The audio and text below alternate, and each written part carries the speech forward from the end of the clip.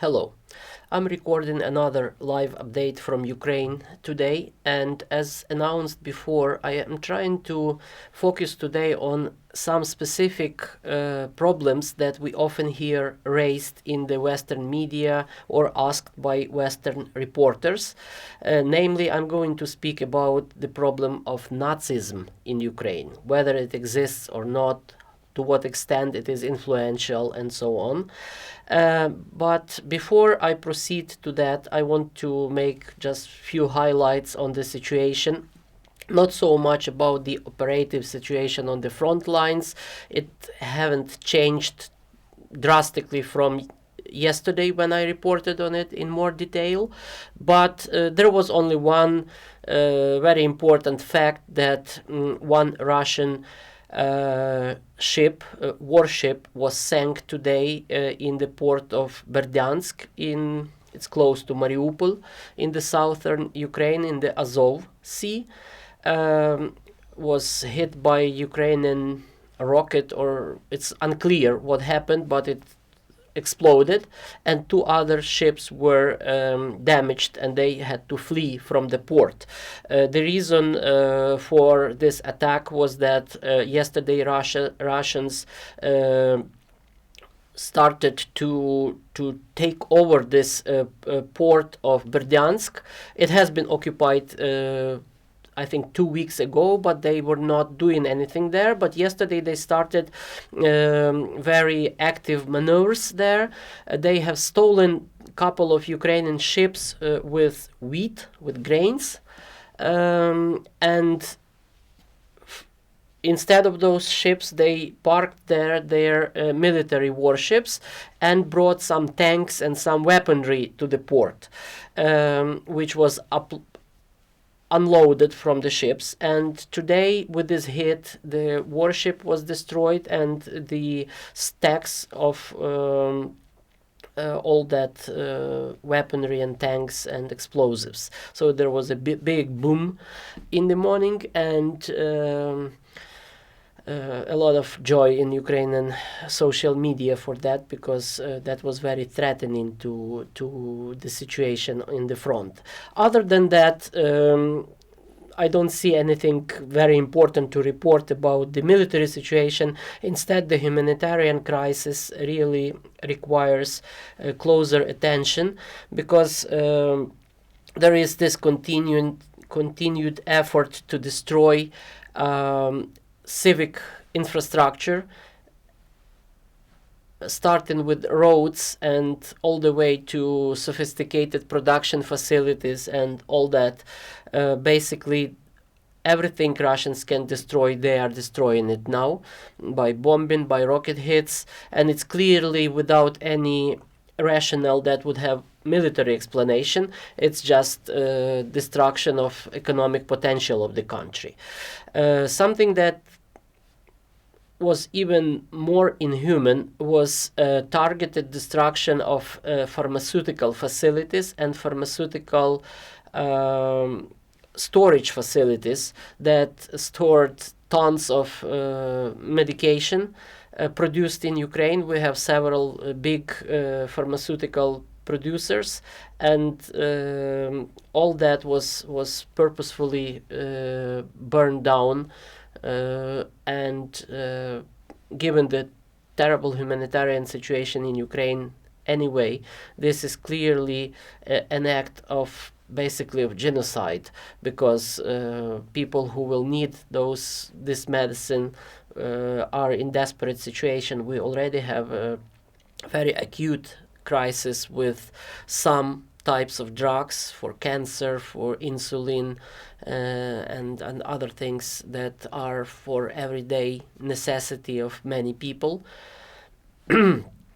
Another catastrophic thing that is going on is the crisis with the landmines. By different calculations, there are thousands of hectares of land, especially in the southern Ukraine, which is heavily agricultural region. So this thousands of hectares of land are mined with landmines and various types of unexploded ammunition and so on. And given that we are in the end of March, it's a sowing season that is supposed to start soon, which will obviously not start at least at normal pace and scale. And this will have repercussions in the whole world, because Ukraine is one of top producers of grain, of wheat, and there so many countries are dependent on the wheat from Ukraine for their daily bread. So we will have to reconfigure somehow the global supply chain of food, bread, and other oil, also sunflower oil, corn oil, and many other types of agricultural production that is coming out of Ukraine to various countries. Finally, as if the previous were not enough, there is a very serious situation in Chernobyl. There is this 30-kilometer zone around Chernobyl that has been sealed, and basically it's not used for anything, for agriculture or industry. It's a no man's land, kind of in the middle of Ukraine, and it's very dangerous to mess there with the sarcophagus that covers up the atomic reactor that exploded back in 1986.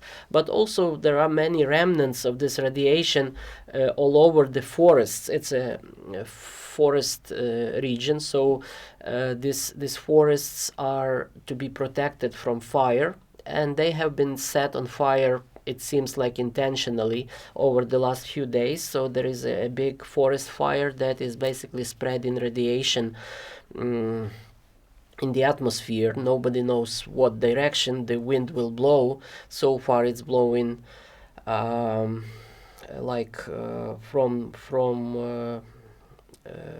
the north. So it's bringing those radiational masses of air to Kyiv, which is very dangerous, as you can imagine. But it can change. It can blow in the direction of Belarus and Russia and Europe. So it's very unpredictable, and Russians who are holding the Chernobyl zone are not letting the firemen to extinguish the fires. So it's on purpose. Another terrible thing that was reported over this past few days regarding the humanitarian situation is that Russians have taken hostages, basically, the refugees who were unlucky to go to the side of Russian troops, especially from Mariupol. Most of people fled from Mariupol to the territories controlled by Ukrainian government or Ukrainian army. But there were some in this desperate situation. They wanted just to sneak out of the city, and they fled to Russia-controlled areas. There are different numbers of people reported, from 3,000 people and up. So they were taken immediately to kind of filtration camp, examined who they are. Probably some people were arrested, and other people were deported to Russia, taken by force to Russia. And today the news is that they are sent to Siberia and even to the Sakhalin Peninsula, near Japan, basically, in the Far East, as kind of for a settlement there, whatever it means. They are not in prison. They are not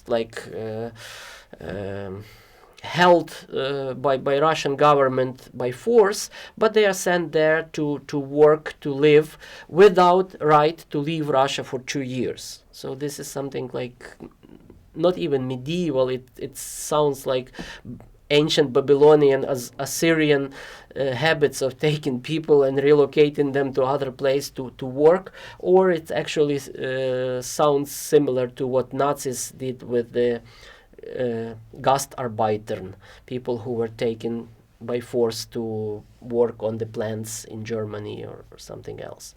So this is really developing in a bizarre and grotesque way, and the attention and the pressure of the world is needed here, as in every aspect of this war in Ukraine.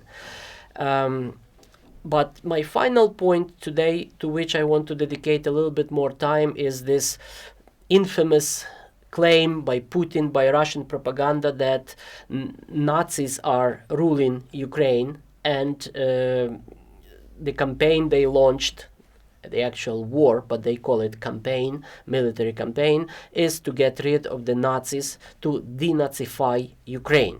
So I want to dedicate some attention to what it means in reality and what it means in Russian propaganda that, as always, distorts reality completely.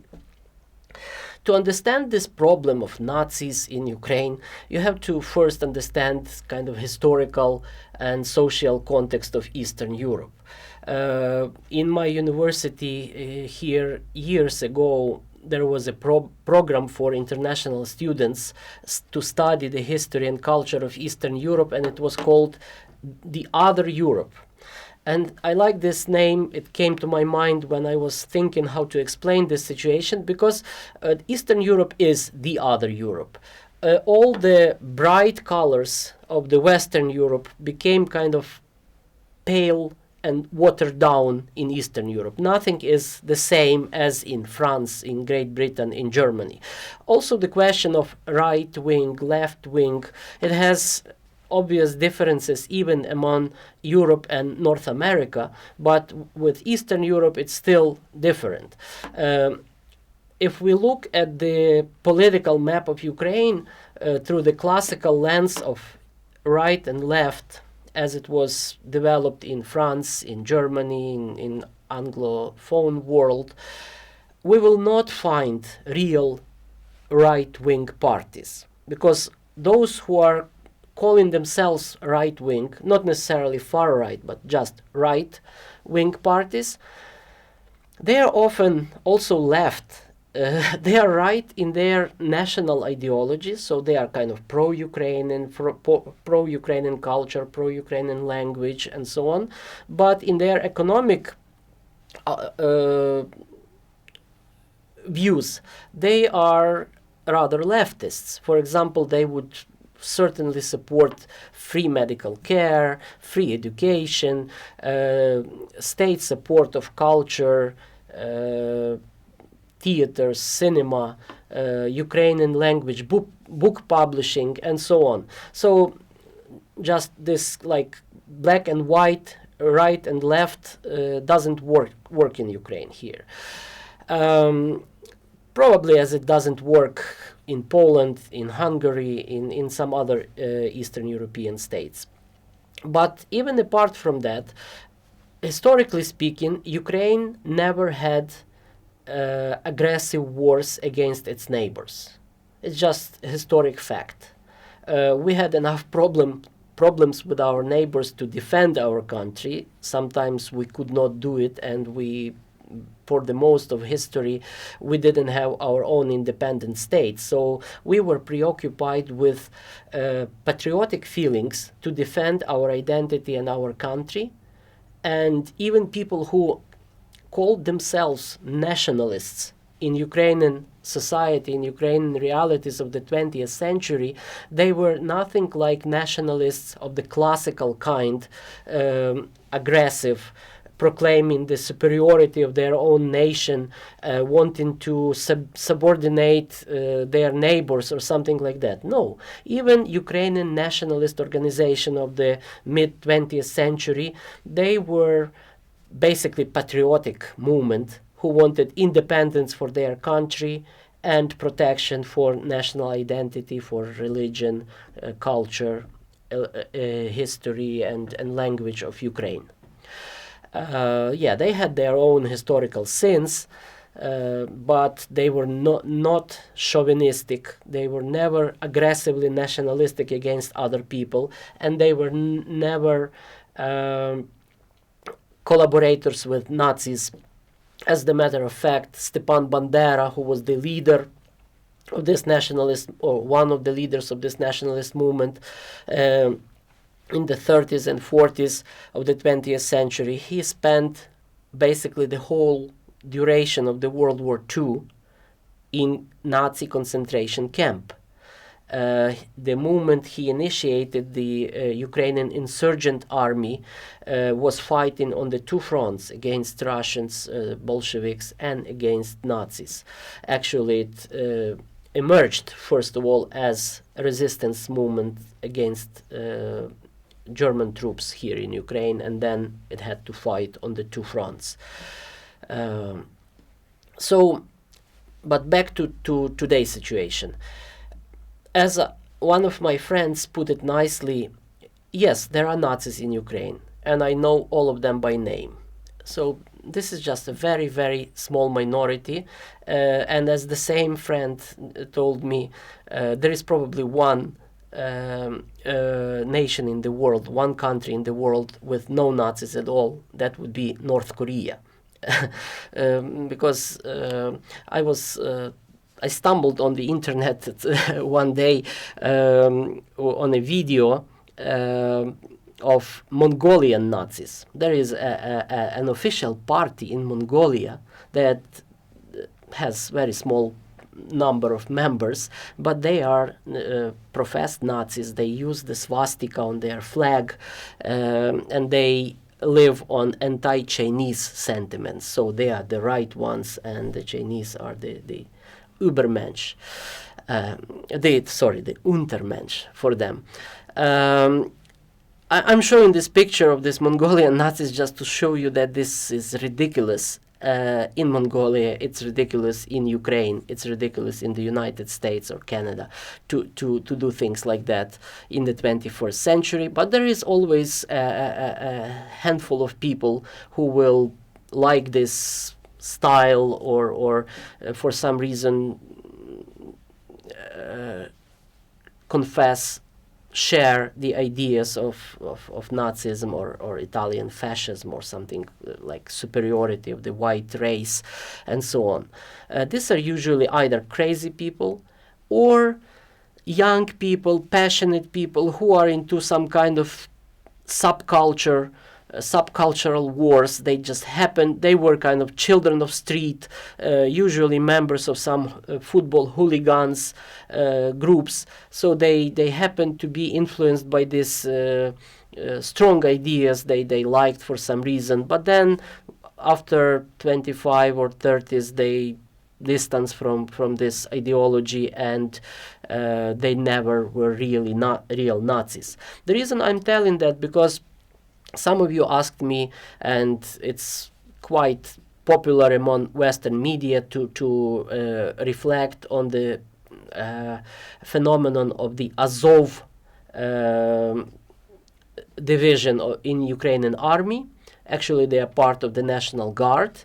So they have this military wing, which is the part of the National Guard, and actually they are today protecting Mariupol and fighting very fiercely against Russians and protecting the civil population and literally sharing the last pieces of their bread with women and children. So they are no Nazis, but they have this little political wing, and some people in that political wing do kind of have far-right sympathies. They are not really Nazis, again, in any full sense of the word, but they play with those signs and aesthetics of, I would say, of all far-right movements in the world.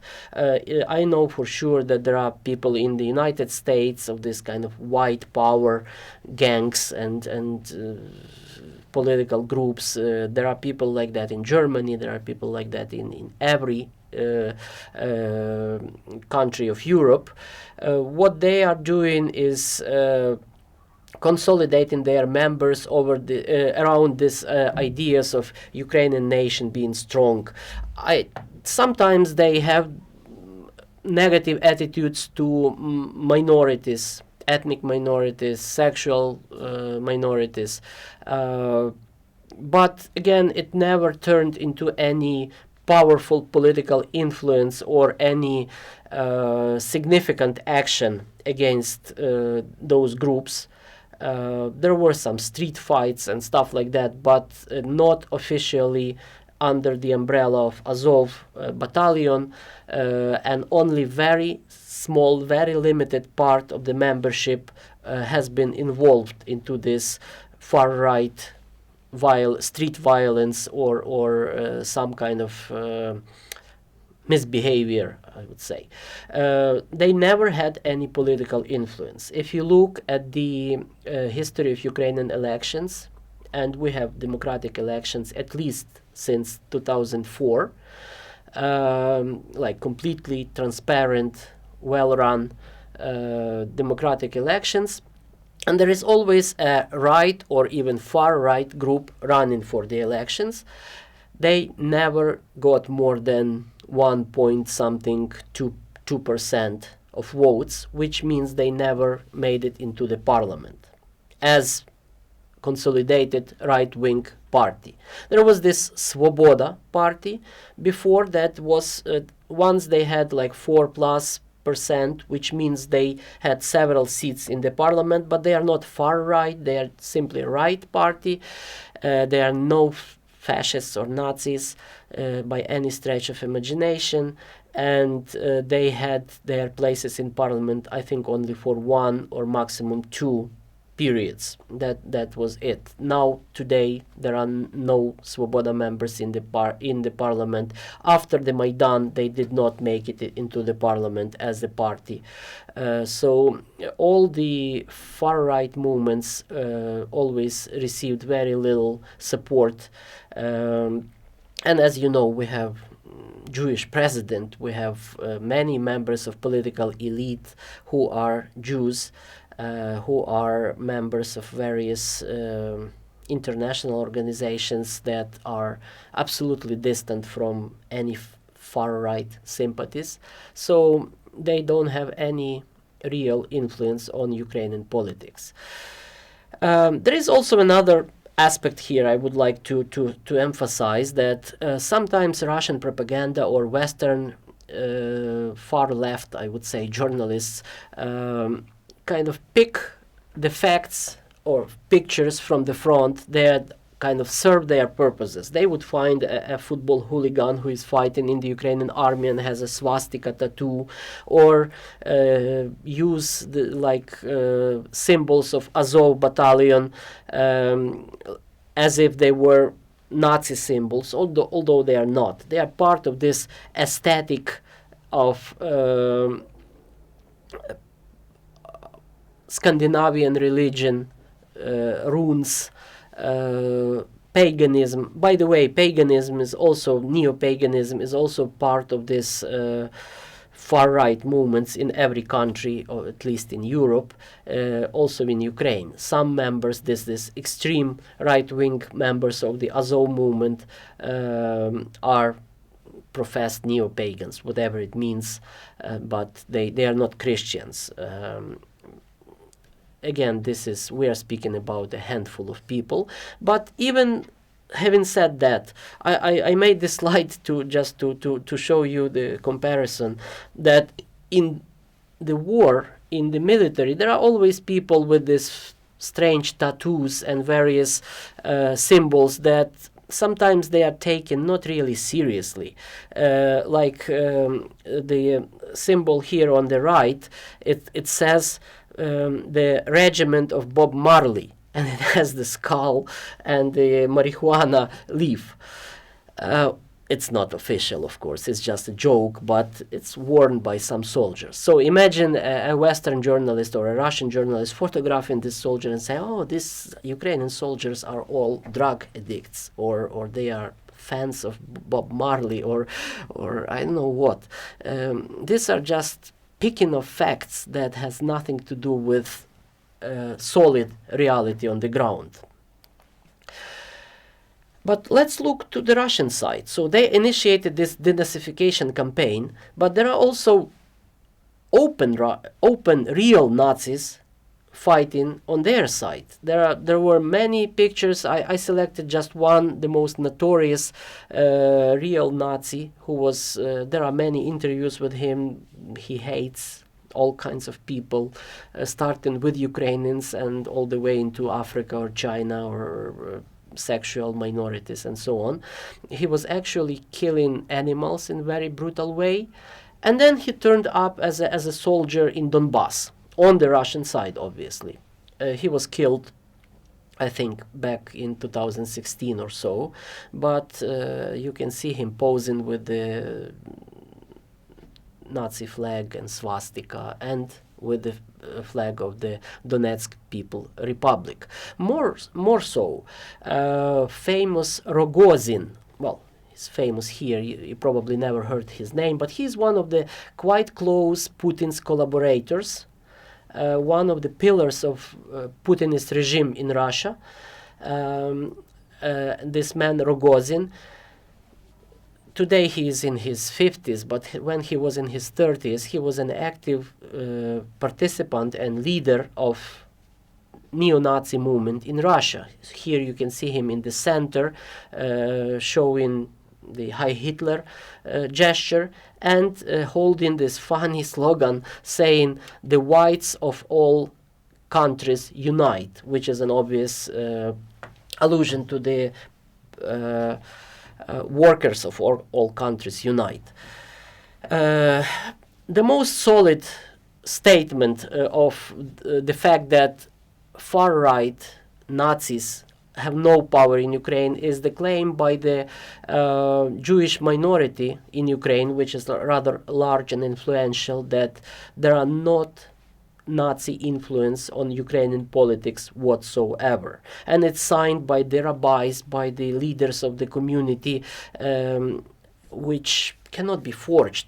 They were not pressured into doing this. This is just the fact that Ukraine is not a Nazi country. And what Putin means by denazification has to do with the root of the Nazi, which is the same as the nation. What he wants denationalization of Ukraine. He wants to get rid of anything Ukrainian. Ukrainian language, Ukrainian culture, Ukrainian independence. This is something he cannot accept.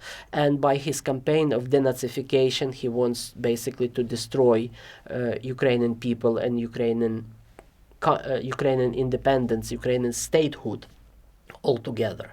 To understand that, I think, is important, and once we filter out all the lies of Russian propaganda, we better understand what's going on here on the ground.